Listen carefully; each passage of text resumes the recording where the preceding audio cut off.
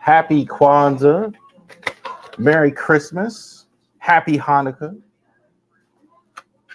Happy New Year, everyone out there. Goodwill towards men to us all, Raven fans, Oriole fans. Thank you for joining us here on New Year's Eve. So, on not New Year's Eve, it's Christmas Eve. All ready for the new year already. Don't forget to watch us on New Year's Eve and you're a broadcaster. But thank you. Thank you so much for joining us tonight. I know tonight is a night of like we're celebrating and we're just relaxing if you're just spending time with your families. So I see the people that are already on. Thank you very much for joining us tonight here. Thank you for all year, frankly. This has been our biggest year in terms of numbers. Obviously, I'm not big ESPN Shannon Sharp production, but this is obviously more people we've ever had this year watch Ravery Sports. We've had 20,000 people on the shorts. We've had a lot of people on our Rumble channel is getting bigger. We're in double figures as far as numbers, as terms of on our Rumble, on our Twitch, on our YouTube, Twitter, etc.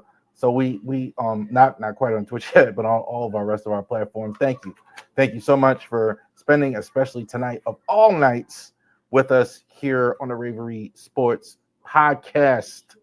All right, so we're here obviously because we got games tomorrow, so we're going to go ahead and cover that as well. So let's go ahead and get this squared away. Genesis Notary Services, as you see it at the bottom of the screen, Genesis Notary Services /Facebook.com. In 2025, you can book time on our website. You need any notary services at all, we're here for you in the Shenandoah Valley area. We're happy to go ahead and help you out with that. RaverySports.company.site is the website. Definitely the app is coming very shortly.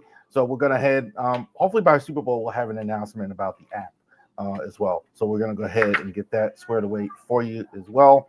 Maybe expanding that as well as far as our reach, as far as our shopping sites as well. And also to see Charles Harris, wearelegalshield.com. If you need any legal assistance these days, and it's definitely greatly appreciated. Definitely go ahead and go to Legal Shield. The value is tremendous. The value is tremendous for Legal Shield. It's fantastic stuff for you at all. So we will go ahead and get you squared away. All right. So go ahead and let's get to business here. So we had a game. There is no better game for the Ravens ever than to beat the Squealers. I gotta tell you that's that's it. It's always great this year. This was very convincing stuff on Saturday where the Ravens actually beat Pittsburgh 34-17 in M&T Bank Stadium, going into a tie now for the first place in the division. So the Squealers are playing Saturday as well, are playing on Christmas Day as well. We're going to know when we hit the field what the status of that. They have a big one against the Chefs. We're going to go over that one a little bit as well. Ravens going over big time here the last 2 weeks before the playoffs as well. Lamar, the MVP race is not over. I totally agree with you. Look at that. 15 for 23, 207 yards, 3 TDs to 1 pick. Bad throw, I thought, by Lamar. The 1 pick really was covered up by the defender. I think it was Patrick Queen. But really, the defender was blocking his way. He kind of was trusting the guy that there. Bateman didn't see him, didn't keep running the route. Ball was picked off by Mickey Fitzpatrick. That was probably the lone thing with that. Lamar was outstanding in this game. I thought the game plan by Todd Monken and the offense was terrific. Fantastic. You're having trouble. Lamar's having trouble. The only team in the league where really he has trouble getting the edge and beating the edges didn't try that. Stay up the middle. Derrick Henry, run up between the tackles. Perfect. Outstanding game plan. Outstanding stuff, I thought, by Lamar. I think his best game against the Squealers here so far. You know, it's a good idea to give it to possibly a future Hall of Famer, Derrick Henry. 24 carries, 162 on the ground. Derrick Henry, let me tell you something. Not for Saquon Barkley's brilliance. This guy would definitely be in the MVP category conversation. I'm sure he's in the conversation for sure. Barkley, I think, is having, an all-time season, but I don't think 2 touchdowns against Pittsburgh. I think he's been fantastic, just absolutely fantastic all season long. Henry, I think, is look. So many teams could have had Derrick Henry in the off season. If you think about even Lamar too, nobody really wasn't a lot of teams really wanting Lamar. A lot of teams saying they were out, Atlanta, etc., out on Lamar, and all these two guys doing are just tearing up the league for a great season, even in spite of the problems. Zay Flowers gets 1,000 yards season for the Ravens. 5 receptions, 100 yards. He's definitely the number one receiver now. It's definitely not Mark Andrews. He has a physicality on the field, which is terrific, I think. He's actually throwing guys to the ground. I see a little bit more of that Steve Smith in him, a little more of that Tyreek Hill. Not a tall guy, but he's got that physicality to throw guys off of him, to be as physically imposing when guys try to take him down. Tremendous speed, as we know, great route running, great hands as well. I think his hands are very underrated. Definitely you don't see a lot of drops or a lot of bad just with Zay Flowers. Fantastic. This is a John Harbaugh. Gotta love Kyle Van Noy. First of all, he's good in the run game. He sets the edge, which is why he's still in the league. So definitely not known as a great pass rusher. He's having his best season as a pass rusher, 10.5 sacks, getting 1.5 in that last game. Van Noy has been a godsend. I don't know John Harbaugh personally, obviously, but I know he likes a Kyle Van Noy better than he would like a Jadeveon Clowney. Like, freak athlete, fundamentally not as good. Great, kind of runs past the defense. Van Noy stays home, covers his assignment, makes the other guys have theirs. He's always a guy. I've noticed also, too, he's one of the quiet leaders. He's very vocal on the field. So definitely good stuff by Kyle Van Noy. Sierra's husband, Russell Wilson, 22 for 33, 217, 2 TDs, 1 interception. Russell does not do well against the Ravens. I see him with 1 bad pick six every time he plays. Last time I remember when he was in Seattle, it was Marcus Peters. It was Martin Humphrey getting him on this one. I don't know how I feel about Russell Lake in Pittsburgh. He's the argument I keep making for him. He's better than what was there before, right? Better than Kenny Pickett, better than Ben Roethlisberger was at the end. But I think about that's all they have. He's good with the deep ball. I think he's going to hurt people with the deep ball. I think that definitely showed without George Pickens in this game, the lack of the deep ball. He was able to throw the ball, I think, decent decision maker, was able to roll out, get some of the edge, make plays out of, but certainly not a Lamar Jackson in terms of special. Najee Harris, I don't get it, Steelers fans. He's a free agent, and I don't think you should waste your time spending big money on this guy. Again, like if this was the 80s, I keep making the point with Najee Harris, if this was the 80s, he'd be an outstanding running back. In football, we had fullback and your running back. He ran most of the time and all that. Runs over people, bowling ball. I don't think he's got good speed, not great. He doesn't catch the ball well out of the backfield, and the Ravens usually bottle him up again.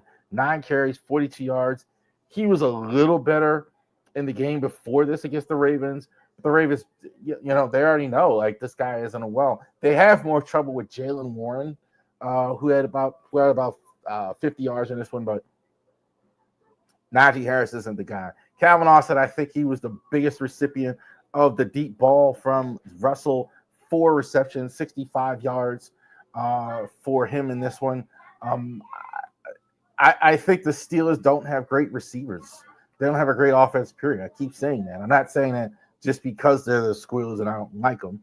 I'm saying that because just looking at the evaluation of it, they don't have offense like that. They have decent coaching, I think. I think they have decent players. Decent is about where they live. decent about where they live. When they play a good defense like the Ravens, they're really struggling. Their pass rush, I think, was neutralized by the inside run.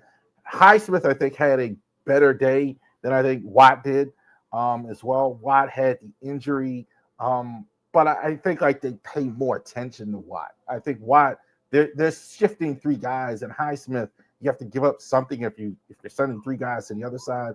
Highsmith had a decent day. He had 1 sack. He created a lot of havoc on the edges, but the Ravens didn't focus on the edges. They knew that their tackles and everything maybe couldn't handle it, so they didn't go there. I thought, though, this was the best game from tackle to tackle that the Ravens had as far as their line, right? They did some things, but the Ravens scored 34 points. I think they held their own well in this one, and I think definitely the Ravens have absolutely put themselves in position to win the division with 2 more weeks. So what happened here? I just think the Steelers are not it. I think despite their record, I think they have some good guys on defense. I think their defense is good. I think they have a strong. It's not real creative, but I don't think you always have to be super creative when you have great players like Wyatt. Fitzpatrick is great. They did have some injuries. Injuries are costing them a bit because we're at the part of the season where injuries are playing a factor for everyone. But the Ravens just have a superior offense. Like you have Lamar, Derrick Henry, Zay Flowers, Mark Andrews. Their offense is superior, and they're going to win a lot of these games against the Steelers. Like the Steelers just don't have enough offense to keep up. The defense is good, it's really good, but it's not an all-time defense by any stretch. I think it's the strength of their team, but I think the Steelers have benefited. A lot of close wins. Experienced coach has been in a lot of these situations, but they've won a lot of close games. They've had some wins against teams that aren't very good. Nothing wrong with that, but they're about a decent playoff team. I don't see any deep run for Pittsburgh. The Ravens are definitely more of a dangerous team than the Squealers are. So 34-17, and we got a game on Christmas Day. Used to be the biggest day of the year with my dad when my dad was living to watch NBA. And now the NFL is coming in and showing the NFL on Netflix, the first ever game history in the NFL on Netflix, the biggest streaming service in the world. They paid $150 million, I think, for each game. So just to think about that, $300 million just for the rights to air NFL games. So they are going to go ahead and have this one. Ravens and Texans as well is going on. Ravens are 10-5, 9-6 are the Texans. How do we feel about the Texans? They're obviously have won the division, best team in that division, and not in a real strong division. I'm kind of like with them where it was with the Jaguars last year. I felt like they won the division. They're going to the playoffs, but I feel like I should be expecting more from them. They've had a lot of injuries. Stroud's regressed a bit, and they've had a lot of injuries. But let's take a look at us with that. How about those apples for Lamar? The MVP case, 37, 87, 37 TDs, 4 interceptions as well for Lamar Jackson. Fantastic stuff from not bad from a running back. I don't know what else you could say. I think the biggest case for Josh Allen, I think, is how the Ravens do down the stretch is going to matter. Because the biggest case for Allen is the record of the Bills compared to the Ravens. I think the Bills still might get the number 1 seed based on what happens the next 2 weeks. But I think the numbers match up for Lamar. There's also a little bit going against with Lamar Jackson because he's won it twice already. So there is a bit of a bias when a guy has won MVP already for a guy that hasn't won it. I think there's a little bit of rooting for that as well. I'm not huge conspiracy theorists on that. I could say us as fans are talking about it in the online and etc. Lamar couldn't care less who wins the MVP. He wants to win Super Bowl at this point. Look at Derrick Henry and those numbers. I think that's 15 TDs for Henry, I think. So I'll go ahead and get that graphic up, but this is out of this world. All the stuff with him wearing out is kind of insane. This guy's the most in shape workout warrior I've ever seen. 278, 1636. I think they were kind of resting him a little bit in the third quarter. They were playing Justice Hill. More of a note, not Derrick Henry. I think we're not going to have Justice Hill in the game tomorrow. So you are going to have Keaton Mitchell back in the lineup with Hill out with that nasty concussion that he had. So we are going to get Keaton Mitchell. But Derrick Henry, we know what he is. He's outstanding. Zay Flowers, question if he's going to play. It looks like he's going to be able to go. 71 receptions. He's got a chance to break the Ravens record for all-time receiving yards still, depending on what he does the last 2 weeks. 4 TDs. Zay Flowers has just been outstanding all season long. I think definitely he's one of the 10 best receivers in the NFL by a lot of people. I have no argument with that. None at all. I think what we've seen is a guy developed right before us as one of the better receivers in the NFL from one of the better quarterbacks in the NFL. We talked about Kyle Van Noy. I think the pass rush is for real. I think this guy is play like a Raven all over it. Definitely a guy not paying him a lot of money, over 30, hungry to win a title, does a lot of the little things well. That's what I love about Kyle Van Noy. Not just a guy who's just happenstance. He's perfected his craft. Athletically, is he the best guy on the field? Not even close. But is he a guy that understands setting the edge, understands defensive calls, understands quarterbacks, what's the word I want to use? Understands quarterbacks. I guess I can see right there. Understands quarterback tendencies. There you go. Quarterback tendencies, absolutely. So that's what a Kyle Van Noy you're getting from him as far as that goes. So Kyle Van Noy is doing very well there for himself this season. The Texans, CJ Stroud on the field as well. Stroud, I don't think that's right with the interceptions for Stroud here. He's got 19 TDs. I think it's 11 picks. May have to update that. I think it's 11. I think it's 13. No, it's 11. So it's 11 picks for Stroud as well. People are saying it's a bit of a sophomore slump for him. I think the expectation, was high. I think he's still growing as a QB. He's had some issues as well. He's had a lot of injuries at receiver. So definitely keep that in mind. Still a young guy. Made some bad decisions. The protection in Houston isn't great. I think that's, to me, when I'm watching them, the biggest difference for last year, this year, where the line was really, really good. The line not quite as good. Tunzel's good still on the left side, but I don't think they have nearly the level of pressure. I mean, they were getting really blasted in that KC game as well when I was watching that. So their protection is good. Joe Mixon, I think, is maybe one of the most underrated backs in the history of the league. Once again, at 1,000 yards, 11 TDs, outstanding season. Plug him right in. Definite upgrade for the Texans. Definitely a strategy they need to utilize with all their wide receiver injuries and the line issues. I think that's probably the reason, maybe not more from him as well. But they've kind of held it down. I think having him has been an upgrade for him. They haven't had to worry about their running game all season long. Last man standing is Nico Collins for the Texans. So Nico Collins, 60 receptions, 909, 6 TDs. Collins, I think, has been outstanding for them all season. They're supposed to have this great trio of wide receivers, and they've been banged up a lot. Tank Dell, terrible injury last week against the Chefs. He, like a football player, loved it. Caught the ball, he tore his ACL, MCL, couldn't even stand, but he got the feet in, even though he couldn't stand up for the touchdown. Doubtful he plays anymore next year, let alone the rest of this year. Obviously, that's out. But great stuff by Tank Dell, and tremendous catch, though, that well. Stephon Diggs is gone. They actually signed Deontay Johnson for this game. Some people think he's not going to play. I think there's a chance he might play. I think he absolutely wants to be on the field for this one. I think it's all possible, even though he just got there, got picked up on waivers. Interesting to see. Funny how that worked out as well.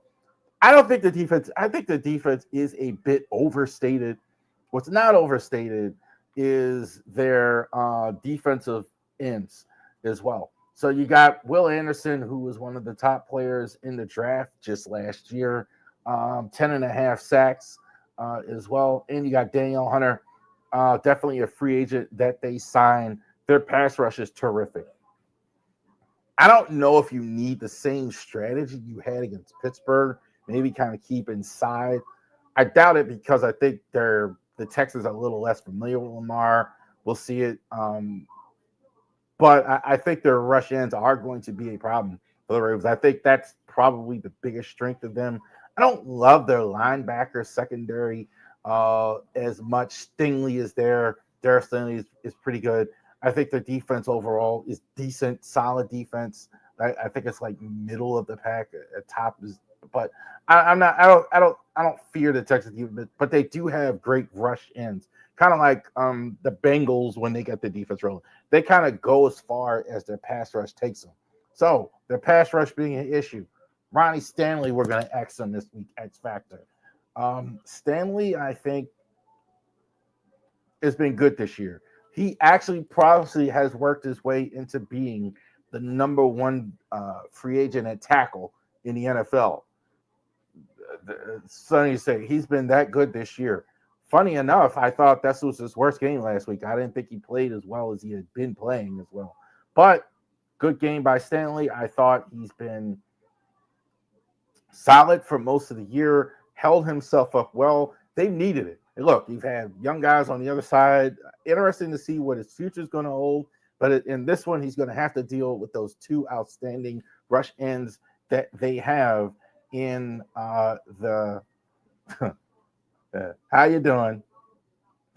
Hello. All right. So, and Mrs. Ravery there interrupting the stream.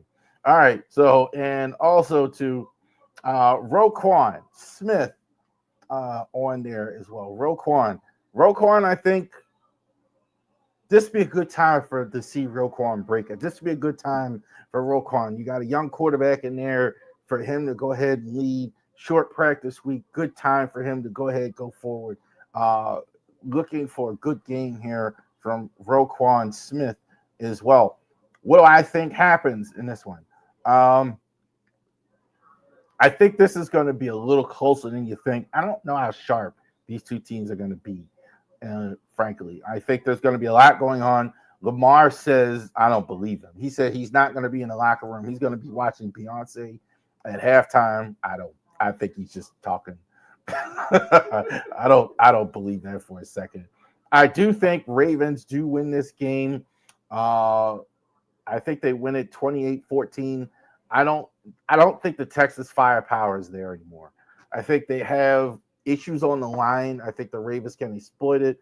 I do think they have issues in the wide receiver core. I think those are things. I think the Ravens has shown they can handle it. As far as the defense has been improved, and they need the game. I think the Texans don't need the game as much as the Ravens do because they're it's pretty much decided for them. I mean, they're going to be they've already won their division. They're going to be the 4th seed. The Ravens are still trying to win the division against the Steelers. Big business to take care of. So be interesting to see what happens there. There you go. All right. So we got that squared away. Ravens and Texans on Saturday. I want to say Sunday. Christmas Day, a Wednesday game. I picked a podcast day to be Wednesday because I figured I almost would never get a Wednesday game. And sure enough, we get a Christmas Day Ravens game to go over. So we're happy to go ahead and get that out of the way as well. All right. So we got NFL all weekend long, extra long weekend. So games obviously on Wednesday going to Sunday.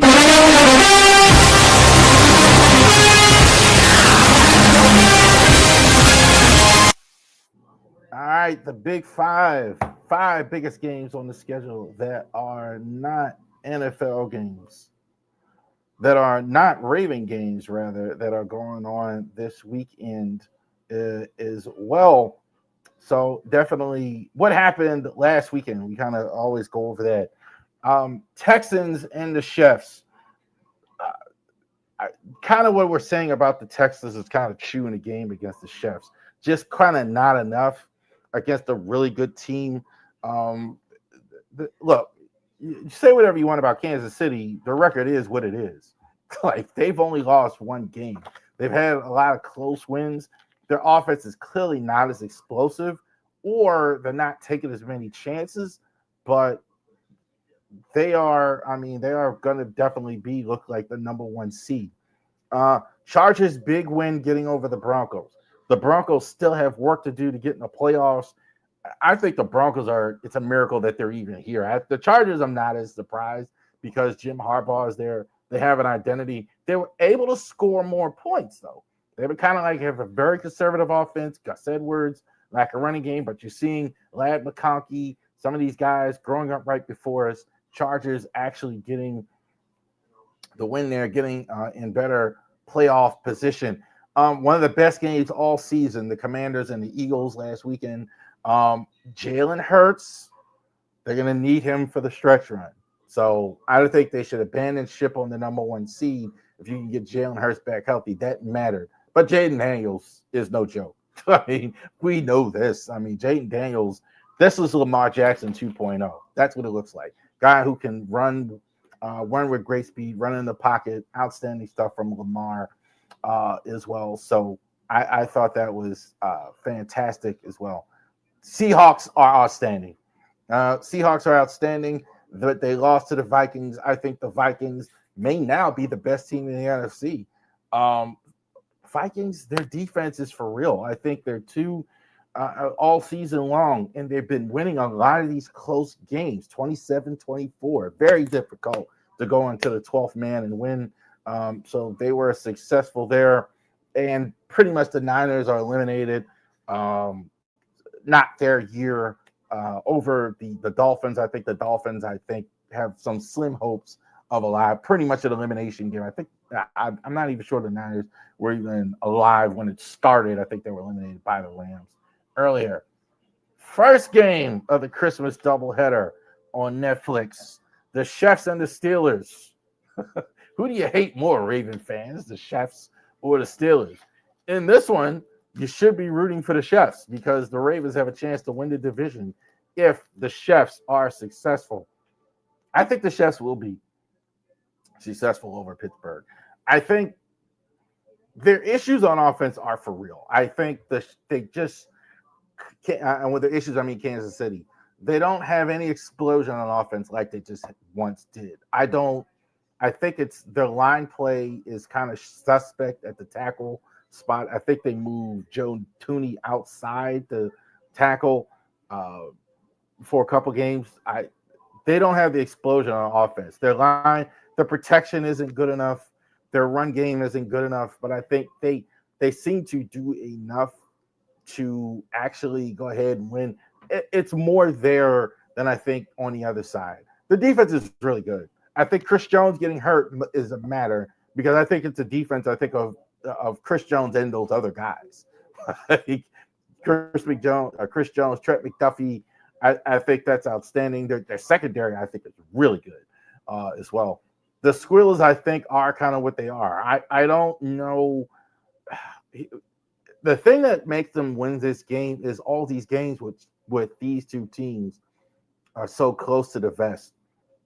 What Kansas City's doing is what I watched Mike Tomlin Steelers do for years with Ben Roethlisberger. Win games by 3 points, by 4 points, by 5 points, by 12, like so many games close to the vest. Win games like that. Maybe the blood of a very bad team, but that's kind of what's happening in Kansas City. I think the Chefs continue to do it. They still have work to do too because they're still trying to get that number one seed. Buffalo is right on them. I think they actually go ahead and win on this game. So I think the Chefs actually beat the Squealers in this one. Here's a team actually on a real roll, and I'm talking about the Bengals. I mean, the Bengals have now can win this game, and I don't think they're locked for the playoffs, but they're still not dead yet. 7-8. Burrow has been terrific. I think like Ray fans tend to get mad that he gets more of a pass than Lamar gets, but the team is never as good. His defense isn't any good. I can say this: they've been scoring a lot of points lately. He's been overcoming it anyway, as well. Can they score against a decent Broncos defense that has been solid all year long? I think Burrow can score against anybody. I think there's four really good quarterbacks: Lamar Jackson, Josh Allen, uh, Justin Herbert, and Joe Burrow. That's it. And I think Burrow is the guy actually that's going to go ahead and win this game. They're going to need it as well. The Broncos, I think, kind of are what they are. I'm kind of like more on the Minnesota thing in terms of what I thought at the beginning of the season. So the Broncos have decent defense. I think they have a good run game as well. Bo Nix, I think, might be one of the outstanding quarterback going forward. But I think the Bengals won a little bit more hungry in this one as well. Cowboys and the Eagles. There's a team also, too, that's been on a bit of a roll. Like we kind of wrote them off, the Cowboys, going against the Eagles. I don't know if Jalen Hurts is going to be – I'm thinking that they're going to have Jalen Hurts in this one. So we're doing this a little bit early. He's still in concussion protocol. They're going to go against Kenny Pickett. Cowboys have been playing with a backup quarterback. Anybody knows how Cooper Rush has been winning games? So he's been actually got him back to the Cowboys where they're not. I don't think they get into the playoffs. I obviously think they've been eliminated, but they still could have a winning season. So interesting to see if Cooper Rush has made himself some money here going forward. Hey, throw the ball to CeeDee Lamb is important. I think the Eagles, even with the backup, can kind of get it together here. Saquon Barkley is just him having a great season. The Cowboys do look different with Parsons on the field. That's a whole different defense looking like it's on the field. But I think Barkley's a bit too much like the Eagles in this one. Still playing for the number one seed, even though it's unlikely. This is going to decide a lot the next 2 weeks. The Packers against the Minnesota Vikings. Minnesota, I think is the biggest shock in the NFL this season. They have possibly, if they can win this game, they have a shot to have the number one seed in the NFC going into the final game against Detroit. And they have to win against the Packers, who I think the Packers, are Super Bowl worthy as well. I think this division is terrific. I mean, they've been killing the rest of the league. You got three teams in one division possibly getting the number one seed as well.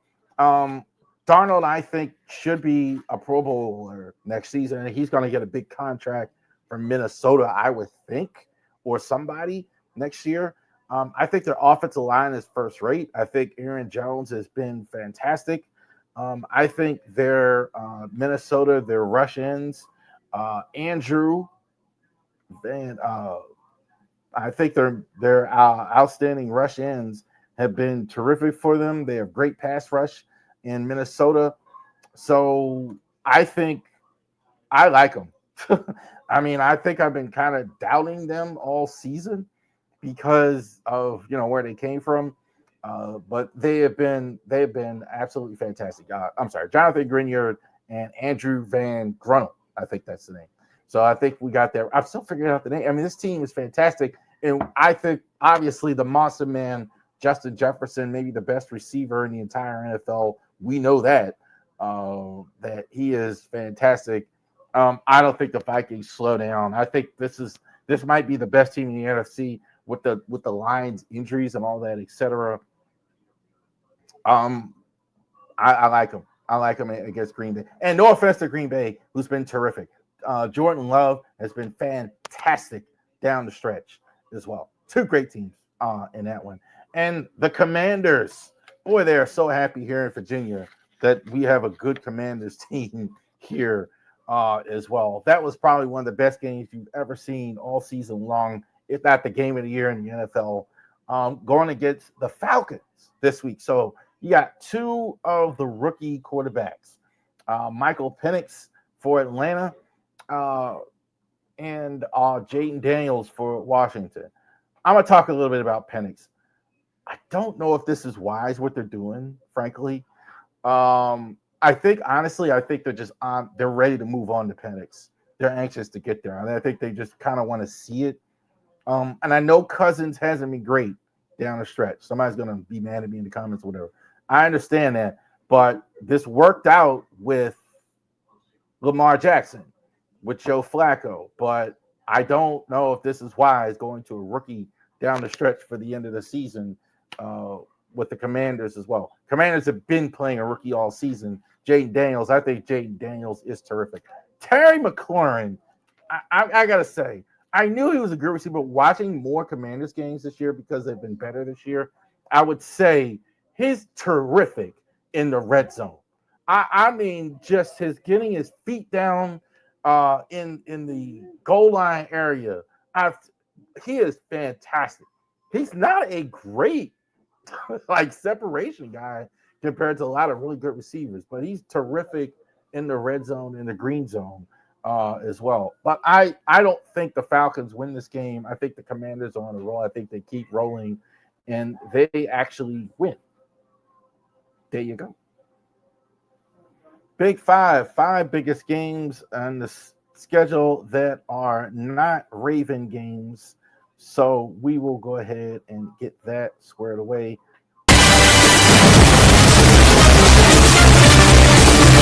All right. So enjoy the games. Obviously, extra long weekend. Games on Netflix, games on Amazon, games on Peacock. So get your streaming services ready. Now the NFL is streaming a lot of games here. All right. Real quick. Let's talk Terps basketball as well. So Terps obviously successful in the last outing against the Syracuse in the Gotham Classic. I thought it was a little weird not seeing. You're good. It's down. It was a little weird not seeing Jim Boeheim, the legendary Jim Boeheim, not on the Syracuse sidelines when I played going against the Terps. But I did watch that game Saturday before the Terps games, and I got to tell you, the Terps, they're not in the top 25. That's wild. There's definitely a top 25 team. Definitely have a game here coming up against, I think it's UMES, Maryland Eastern Shore, HBCU, for that next game. They're going to blow them out by 50. They've been like these smaller schools. They've been just destroying them there as well. So the Terps, definitely a top 25 squad. They're actually beating good teams, beating Ohio State. Their only loss was to Marquette, very close, really rolling up Ohio State. Very close against, in Mackey against Purdue. It's there. I definitely think this is an NCAA level team, top 25. Queen is a top 25 NBA draft pick. So there you go. Maryland, definitely check that out this week. UMES game is going to be on the 28th, Saturday at 12 o'clock. Definitely check that out on Fox Sports as well. Streaming service. I'm not sure if it's the Big Ten Network or not, but definitely check that out. All right. I gave it a little bit of time because I ran over last week. I didn't get a chance to do managers, but we're a little deeper in the off season. We understand the hot stove is still going on. As far as that goes, a little bit slower this week. We're still waiting to find out what's happening with Corbin Burns. Lizardo, I think, was traded to the Phillies, going out, adding to that tremendous rotation as well. Last week we talked a little bit. Cody Bellinger going to the Yankees as well. Yankees having a busy offseason here. But what we're going to do tonight is we're going to talk about some of the greatest outfielders and pitchers of all time in the MLB history. So not just Orioles, there's Orioles on the list, but definitely let's talk about some of the greatest ones of all time that have ever played. Again, how I feel about it, the Hall of Fame now has just become ridiculous in MLB. You don't have some of the greatest pitchers all there as well. Not to mention some of the great Negro League players. I almost understand the Negro League players keeping the records of whatever I think they're, but you gotta. I really want to talk about some of the greatest players that ever played here, that have ever played. So we mentioned Orioles all last offseason. So we're going to talk about some of the greatest ever in that. So last week I was going to get to managers, so I put it on here. Gave myself 5 more minutes. So who are some of the greatest managers that have ever been in the major leagues? I actually almost tried to keep Jimmy Leland off the list, but I can't do it. Jimmy Leland did more with less so many times in Pittsburgh than it was so impressive. Great on the margins. Actually, when he actually won a championship with the Marlins, when he actually got to the Marlins and he actually had more to work with. So outstanding stuff from Jimmy Leland as well. Hi, Dad. All right. So definitely some of the greatest. Leland, I think, was exactly what an owner would want whenever had a tough situation in Pittsburgh. Had platoons on those teams. So I don't know if the numbers bear it, but I could not leave Jimmy Leland off. I also had the same with Joe Torre. Joe Torre, everybody's going to say, well, the Yankees had so much talent, blah, blah, blah, blah. Not so much always. Joe Torre, when the Yankees got really good in 96, he had a lot of young players. Jeter, Posada, the core four. He had to bring those young guys up and actually get them to be a championship team. So their dominance wasn't just because of all the Yankee money and all the free agents and all that. They had tried a lot of that in the 80s and all that in the 70s, etc. Go ahead. They had tried a lot of that in the 80s and 70s, etc. So I think Joe Torre definitely belongs on there. Winning percentage, the modern day Tony La Russa. I think I have him for the Oakland A's because those dominant A's teams we had for so many years. But he was with the White Sox World Series, so many years with the Cardinals World Series.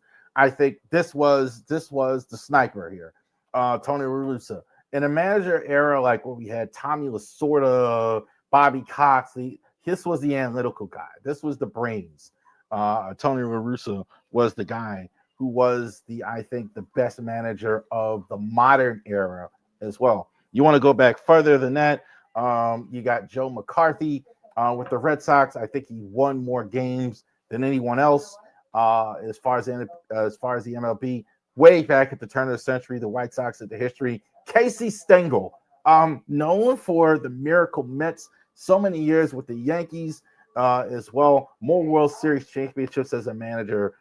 Great personality too. Watch videos of Casey Stengel. Kind of like the managers used to be a lot of now character actors in a lot of ways, and Casey Stengel was a great one of those as well.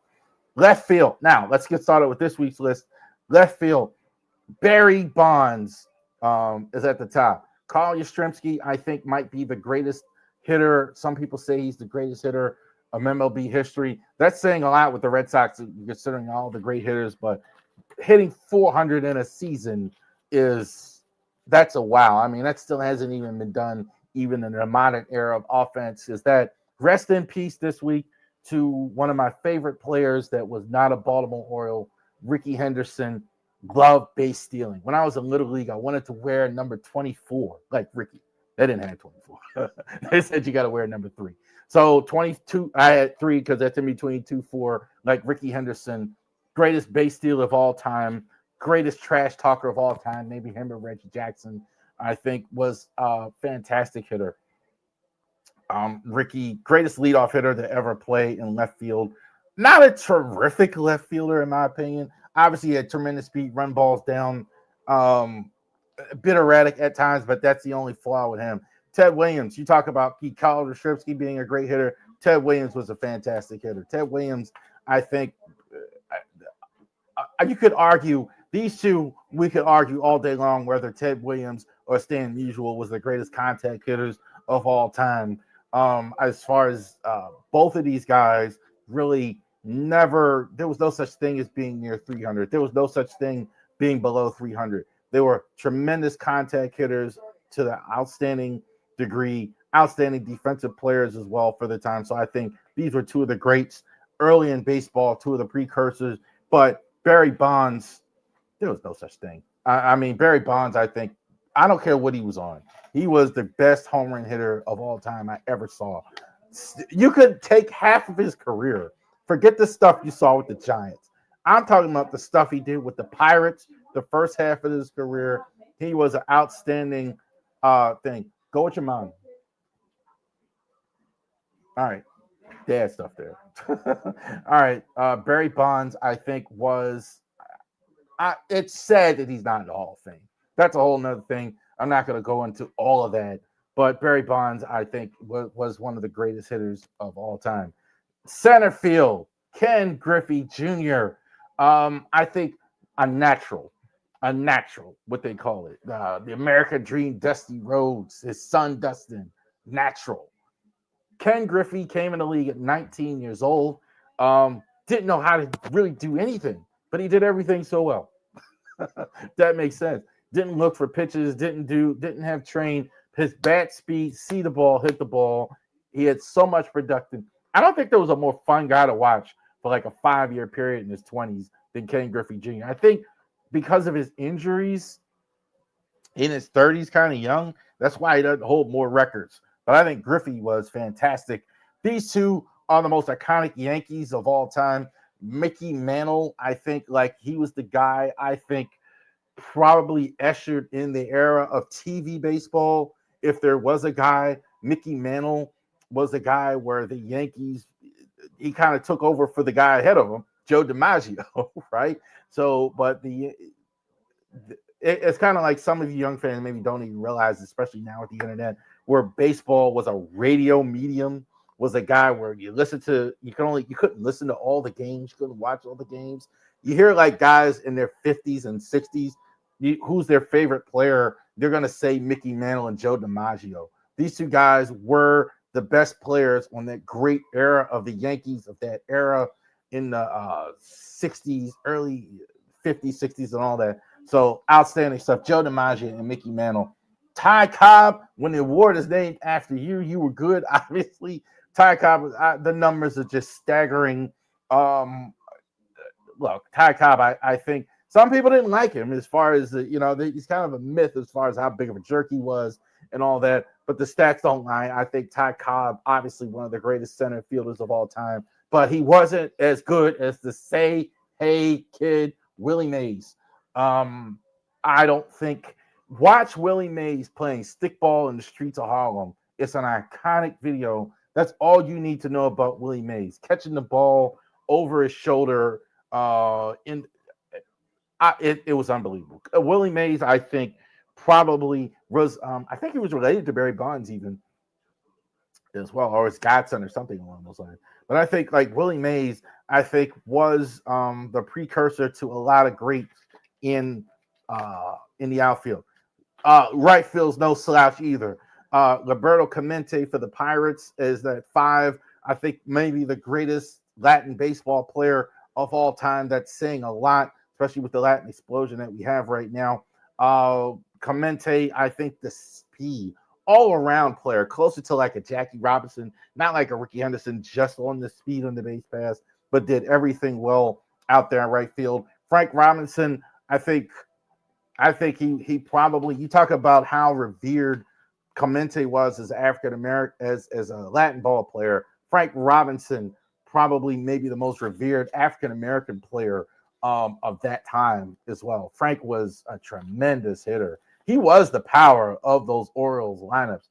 He played with the Red, first guy to win win MVP in both leagues. Frank Robinson, former Orioles manager. Mel Ott with the Giants, you're going way back, definitely guy, turn of the century, so important that time in baseball, long time ago. Mel Ott, definitely the stats bring there. Number 2, I'm surprised some of them. I'm going to say Hank Aaron, number 2.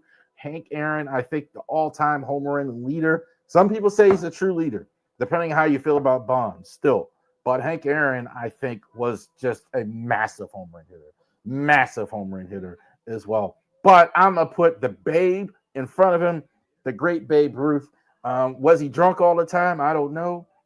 Was he really as fat as they say he was? I don't know. I know this. He was, we're sitting here today talking about it in 2024 because of what Babe Ruth did in the game of baseball. He was an outstanding pitcher as well.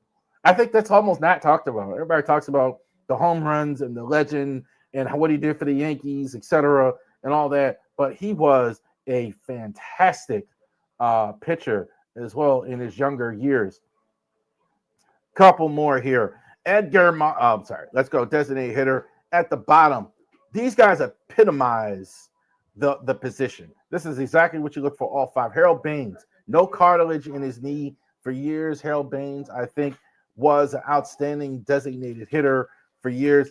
Exactly what you want. A vet who can hit for power, who can hit for average, who can do so many things. I think Harold Baines was well. Paul Monitor, he played a position for a while, but I think Monitor for years with the Brewers was a home run hitter. Hit for average, hit for power as well, hit lead off, hit in several different spots, hit very well. I love Paul Monitor, was terrific as a hitter. Shohei Ohtani, yeah, I have him third. I can't put him first quite yet, but I'm sure he's going to get there with the way he's going, what he's been able to do. I got no problem putting Shohei higher than that, than third. I think give it a few more years. We're going to do this list the way he's been going. He's going to be at one, but not quite there. He's not there ahead of Big Papi David Ortiz. I think Ortiz is probably the best clutch hitter of all time at probably of certainly the 2000s era, 90s era. Maybe Derek Jeter was better, but Big Papi, as far as the position as well, nobody was a better power hitter, more effective than Big Papi David Ortiz. And the award is named Best Designated Hitter is named after Edgar Martinez, and I agree with him. Edgar, I think, was a complete hitter. We just talked about Ken Griffey. We talked about A-Rod. We talked about that. The guy that they looked up to was Edgar Martinez. I think was terrific as well. Pitching. Clemens is not in the Hall of Fame. That's a crime. It's fantastic. Roger Clemens, I think, is one of the better pitchers I ever saw. The power was serious. Definitely a great power pitcher. One of the greatest power pitchers there ever was. Again, caught up in the steroid stuff, was a great pitcher. I don't know about nowadays if people would see him as that, because so many guys are throwing 100, etc. But definitely a power pitcher, even in his career. Bob Gibson was one of the greatest that ever pitched in any era. I got no problem saying that. You look at the wins, all these guys, Christy Mathewson, Cy Young, Walter Johnson, those records are never going to be broken. Never going to be broken. Cy Young, though, obviously the award is named after Walter Young, all-time winningest league. Christy Mathewson, outstanding. Bob Gibson, I think, could have pitched in any era. So obviously these guys were outstanding. Relievers, my favorite position on the field, just about. The closer. John Franco, I have at 5. I'll take John Franco. I think it was hard to pick a 5. The 4, I think, were obvious. Franco, but I'm taking him just on career numbers, stats, longevity. I think John Franco was closer for a very long time. The top 4 were very easy. Lee Smith, I think, was the all-time, as far as save leaders, easy All of Fame to me. I think the only thing he ever did wrong, he didn't really pitch on good teams always, but he was so productive no matter where he went. Played with the Cubs, the Expos, outstanding. Lee Smith was fantastic. Trevor Hoffman, I thought, epitome of a closer. That's Rick Vaughn, if you've ever seen him. Throws heat, great closer entrance through 100 miles an hour. I think Rick Vaughn, Trevor Hoffman, rather, was a fantastic pitcher. for them. Dennis Eckersley, had it not been for Mariano Rivera, was one of the greatest things I ever saw. Dennis Eckersley didn't just throw strikes. He never threw balls. Like when he was closing for the A's. Like it was unbelievable to watch. Like anything out of the strike zone, if he threw a ball, it was like, what? Like just if he threw a 10-pitch inning, I mean, very common. His like his when he was closing, that it was 7 pitches, 8 pitches, and no more work. Rarely did he throw 20 and 15. That didn't happen. That Eckersley was extremely dominant. But when I saw Mariano Rivera, there's no question. Mariano Rivera was one of the greatest arms I ever saw. Just so dominant for so long as well. Even in his last year, closers kind of go up, down, fall off. Never the case with Mariano Rivera. So he was outstanding for so many years. I think he did get injured, I think in the next to last year. But Rivera, I think, was the greatest ever. Eckersley and Hoffman, at least, I mean, were really good. But hate to have a Yankee there. But Dennis Eckers, but Mariano was there as well. Not as many Orioles this time around on this list this week as well. We did have Frank Robinson. I think was one of the greatest players that we ever saw as well. No really pitchers. I think Jim Palmer was. If I was to do a list of like 20-ish, I think you might have Jim Palmer. Jim Palmer was really good for the Orioles as well when you talk about pitching. I love Greg Olson as far as the reliever. Greg Olson was probably the reason why. Greg Tucci Olson, 1989 Orioles closer. Definitely the guy I would probably one of the first interviews I want to do if I ever get a chance to talk to Greg Olson is talk about how he threw that tremendous curveball he did as well. But I don't think they were quite as all-timers as well. But when we had infielders, you had Cal Ripken, you had Cal Ripken, you had Roberto Alomar. We had a lot more guys there. Orioles have had great all-time players, and I think the MLB has had great all-time players. So just want to take a shout out to talk about all-time greats, especially Ricky Henderson. Shout out RIP Ricky, one of the greatest base stealers of all time, greatest leadoff hitter ever. All right. Thank you guys. Feliz Navidad. We're going to see you tomorrow. Okay. After the Ravens game, we're going to go ahead and talk about that, and we will go ahead and chop it up for the Ravery Sports Podcast. You guys enjoy the rest of your day.